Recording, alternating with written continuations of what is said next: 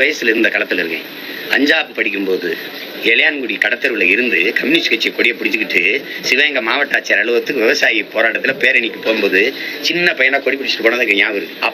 அப்போ இதை கேட்குறாங்க, மக்கள்லாம் கேட்குறாங்க, ஏன்டா 5 வயசுல இருக்கும் போராட்டங்கிறீங்க? அப்போ சிவகங்கை மாவட்டமே கிடையாது. மாவட்டமே என்னது, ராமநாதபுரம் மாவட்டமாக தான் எல்லாம் இருந்துச்சு. காரைக்குடி, தேவகோட்டை, அந்த எல்லாமே இளையாங்குடி எல்லாம் இதில் சேர்ந்துருந்துச்சு. ஒருங்கிணைந்த ராமநாதபுரம் மாவட்டமாக இருந்துச்சு. சிவகங்கை மாவட்டம் பிரிக்கப்படவே இல்லை.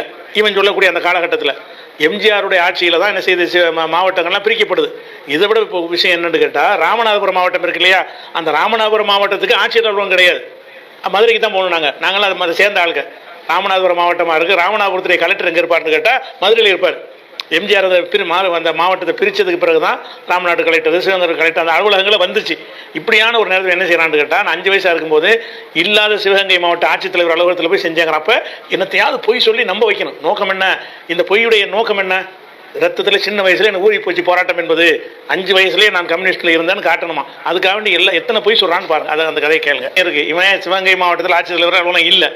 2வது 5 வயசுலேருந்து ஆரம்பிக்கிறான். அஞ்சாப்பு படிக்கும் போதுங்கிறான். அஞ்சாப்பு படிக்கும்போது 10 வயசு ஆயிரும். 5 வயசுல 1ஆம் கிளாஸ் தான் படிக்க முடியும்.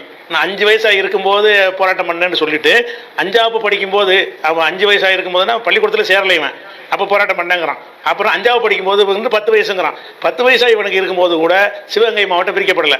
அதுக்கு ஆட்சியர் அலுவலகம்ங்கிறது கிடையாது. இல்லை, அவங்க ஆட்சியர் அலுவலகத்துக்கு வர்றாங்க மதுரைக்கு தான் போகணும். ராமநாதபுரம் மாவட்டம் தான் அது. அப்படி இருக்கும்போது நாங்கள் போய் போராட்டம் பண்ணேன்னு சொன்னான்னா இவனுக்கு எப்படிப்பட்ட ஒரு பொய்யனாக இருப்பான்னு என்ன செய்யணும் பார்த்துக்கிறேன். அதே